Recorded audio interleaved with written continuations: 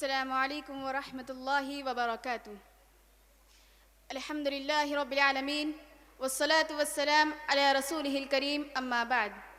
محترم صدر جلسہ، مہمانان خصوصی، حکم صاحبان، مشفق اساتذہ اکرام اور میری دینی بہنوں، آج کے اس جلسے میں میری تقریر کا عنوان ہے فتنہ ارتداد۔ میری دینی بہنوں، اللہ رب العالمین کا اس دنیا انسانیت پر بے شمار انعامات اور احسانات ہیں، جیسا کہ اللہ تعالیٰ کا ارشاد ہے وَإِن تَعُدُّ نِعْمَةَ اللَّهِ لَا تُحْصُوهَا۔ اللہ تعالیٰ کی عطا کردہ نعمتوں میں اسلام ایک گراں قدر اور عظیم نعمت ہے، اور اس عظیم اور گرامایا نعمت سے روگردانی اور بے اعتنائی باعث ہلاکت و تباہی ہے، جیسا کہ نبی صلی اللہ علیہ وسلم نے فرمایا مَن بَدَّلَ دِينَهُ فَاقْتُلُوهُ، جو اپنے دین کو تبدیل کرے اسے قتل کر دو۔ میری دینی بہنوں، اتنی سخت وعید وارد ہونے کے باوجود بھی عصر حاضر میں مرتدین کی تعداد میں غیر معمولی اضافہ ہوتا جا رہا ہے۔ آج ہندوستان میں بسنے والے مسلمانوں کے کانوں میں ہر روز یہ خبر پہنچتی ہے کہ فلاں مسلم لڑکی نے فلاں غیر مسلم لڑکے سے شادی کر لی، فلاں کالج میں پڑھنے والی لڑکی نے پیار میں اندھی ہو کر کورٹ میرج کر لی، تو کہیں فلاں بڑے باپ کی بیٹی نے عاشق کے ہمراہ گھر سے بھاگ کر شادی کر لی۔ آخر ایسا کرنے کی وجہ کیا ہے، اور آخر کیوں مسلمان لڑکیاں اسلام سے مرتد ہو رہی ہیں، اور آخر کیوں وہ غیر مسلم لڑکوں سے شادی کر رہی ہیں؟ میری دینی بہنوں، اس کے کئی اسباب ہو سکتے ہیں۔ ان میں سے دو سبب یہ ہیں۔ پہلا، مخلوط تعلیمی نظام۔ جی ہاں، موجودہ دور میں لڑکے اور لڑکیوں میں جو بے حیائی پھیل رہی ہے اور ارتداد کا فتنہ تیزی سے بڑھتا جا رہا ہے، اس کا ایک اہم سبب کو ایجوکیشن سسٹم ہے۔ اس ترقی یافتہ دور میں ہر شخص ایک دوسرے سے سبقت لے جانا چاہتا ہے۔ ایسے میں والدین اپنے بچوں کا انتخاب ایسے اسکولوں اور کالجوں میں کرتے ہیں جہاں پر مسلم اور غیر مسلم لڑکے لڑکیوں کا اختلاط ہوتا ہے۔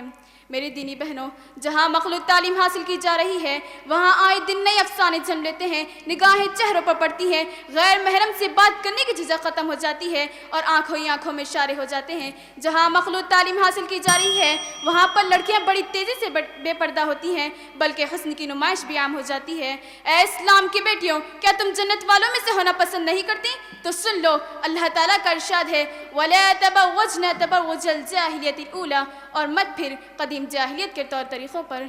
میری دینی بہنوں، یقیناً اسلام پر ثابت قدم رہنا ایک مشکل امر ہے، جیسا کہ اللہ تعالیٰ کا ارشاد ہے اَحَسِبَ النَّاسُ أَن يُتْرَكُوا أَن يَقُولُوا آمَنَّا وَهُمْ لَا يُفْتَنُونَ، کیا تم یہ گمان کرتے ہو کہ تمہارے صرف یہ کہنے سے ہم ایمان لے آئے ہم تمہیں بغیر آزمائی چھوڑ دیں گے؟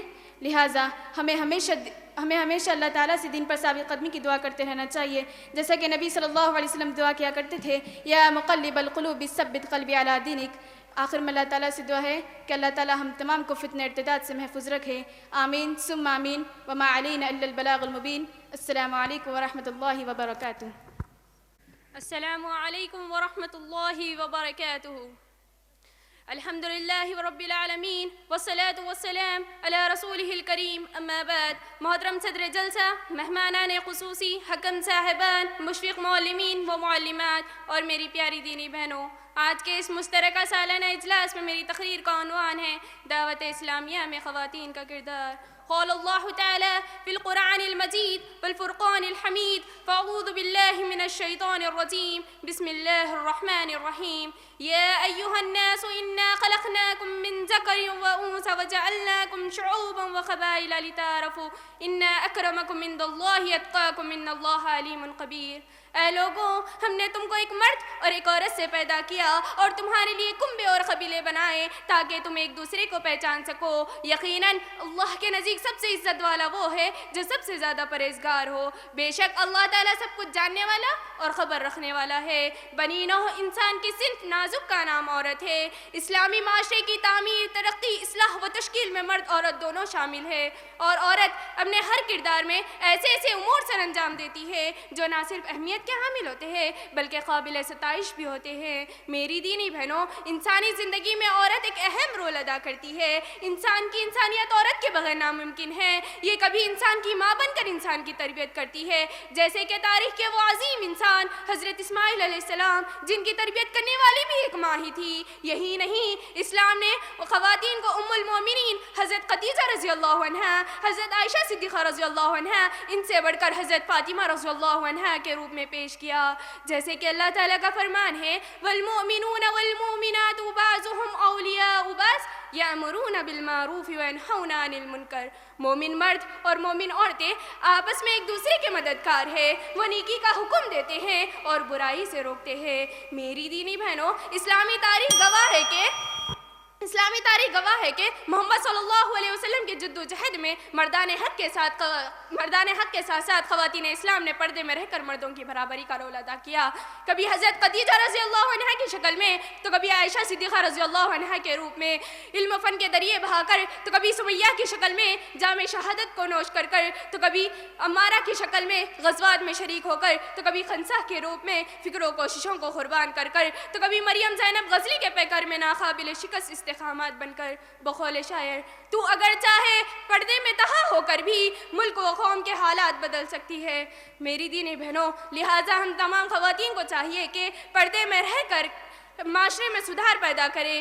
آخر میں اللہ رب العزت سے دعا ہے کہ اللہ تعالی ہم تمام خواتین کو اسلامی احکام پر عمل کرنے والا اور معاشرے میں سدھار پیدا کرنے والا اور امہات المومنین جیسا بننے کی توفیق عطا فرمائے۔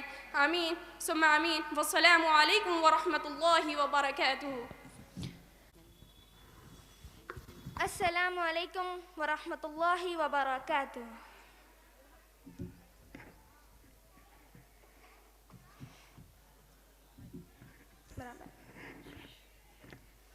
الحمد للہ رب العالمین والصلاة والسلام علی رسولہ الکریم، اما بعد۔ محترم صدر جلسہ، مہمانان خصوصی، مشفق معلمین و معلمات اور میری دینی بہنوں، آج کے سالانہ مشترکہ انجمن میں میری تقریر کا عنوان ہے فکر و عقیدے کی گمراہیاں۔ انسان محض اپنی عقل و فہم سے نہ ہی راہ نجات کا تعین کر سکتا ہے اور نہ ہی حق و باطل کے درمیان تمیز۔ اسی لیے رب العالمین نے جب انسان کو پیدا کیا تو انسان کی ہدایت کا سامان بھی بہم پہنچایا اور اس کے لیے انبیاء اکرام کو مبعوث فرمایا اور ان پر کتاب ہدایت نازل فرمائی، جس کی تبلیغ اور تفہیم انبیاء اکرام کی ذمہ داری ٹھہرائی۔ فرمایا وَأَنزَلْنَا إِلَيْكَ الذِّكْرَ لِتُبَيِّنَ لِلنَّاسِ مَا نُزِّلَ إِلَيْهِمْ وَلَعَلَّهُمْ يَتَفَكَّرُونَ، اور انہی کی اطاعت و فرما برداری میں ہدایت و رضا الہی مقدر فرمائی۔ فرمایا وَإِن تُطِيعُوهُ تَهْتَدُوا، اور یہ بھی فرمایا کہ اگر انسانی خواہشات کو اپنا رہنما و رہبر مان لیا جائے تو ہدایت کے بجائے صرف گمراہی ہاتھ آئے گی۔ لیکن افسوس کہ آج مسلمانوں نے صحیح اسلامی تعلیمات کو پس پشت ڈال دیا اور اپنی عقل و نظر کو نصوص شریعہ پر مقدم کرتے ہوئے فکر و عقیدے کی بے انتہا گمراہیوں میں ڈوب گئے۔ آبا و اجداد کے طور طریقوں کو انہوں نے اندھی تقلید کے سہارے اپنا لیا، جس کا نتیجہ یہ نکلا کہ بدعتی رسومات، صوفیانہ تماشے اور شرکی اعمالوں نے حقیقی اسلام نظر آنے لگے۔ اور اب مسلمانوں کا حال یہ ہو گیا ہے کہ منکرات کو کوئی اچھا سمجھنے لگا ہے، کوئی رقص و سرور میں مست دکھائی دیتا ہے، کوئی قوالی کی محفلوں میں سکون تلاش کرتا ہوا نظر آتا ہے، تو کوئی وحدت ادیان کا نعرہ لگاتا ہے، کوئی ارکان اسلام کا مذاق اڑاتا ہے، تو کوئی وحدت ادیان کا نعرہ لگاتا ہے، تو کوئی دین کی مسلمات کا انکار کرتا ہے۔ الغرض، قرآن و سنت پر عمل کرنے، انبیاء اکرام اور سلف صالحین کے طرز فکر اور طریقہ عمل کو اپنے لیے مشعل راہ بنانے کے بجائے دین کو اپنی طور سے سمجھنے والوں اور اپنی ناقص عقل پر کامل بھروسہ کرنے والوں نے اس میں نمایاں رول ادا کیا ہے۔ اور جب انسان اپنی عقل ہی کو سب کچھ سمجھنے لگتا ہے تو وہ صراط مستقیم سے دور ہو کر فکر و عقیدے کی بے انتہا گمراہیوں میں مبتلا ہو جاتا ہے اور اپنی ہلاکت کا سامان خود ہی فراہم کر لیتا ہے۔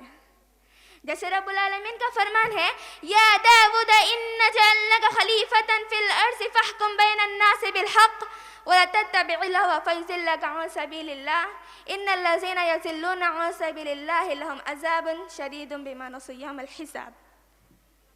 نفسانی خواہشات کی پیروی ایک ایسا روگ ہے کہ روگ جسے لاحق ہو جاتا ہے وہ حق بات سننا کبھی گوارا نہیں کرتا اور حق بات کی پیروی پر کبھی آمدہ نہیں ہوتا.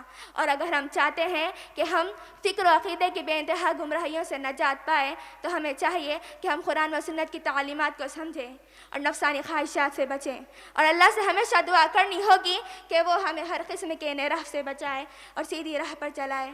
آمین. والسلام علیکم ورحمۃ اللہ وبرکاتہ.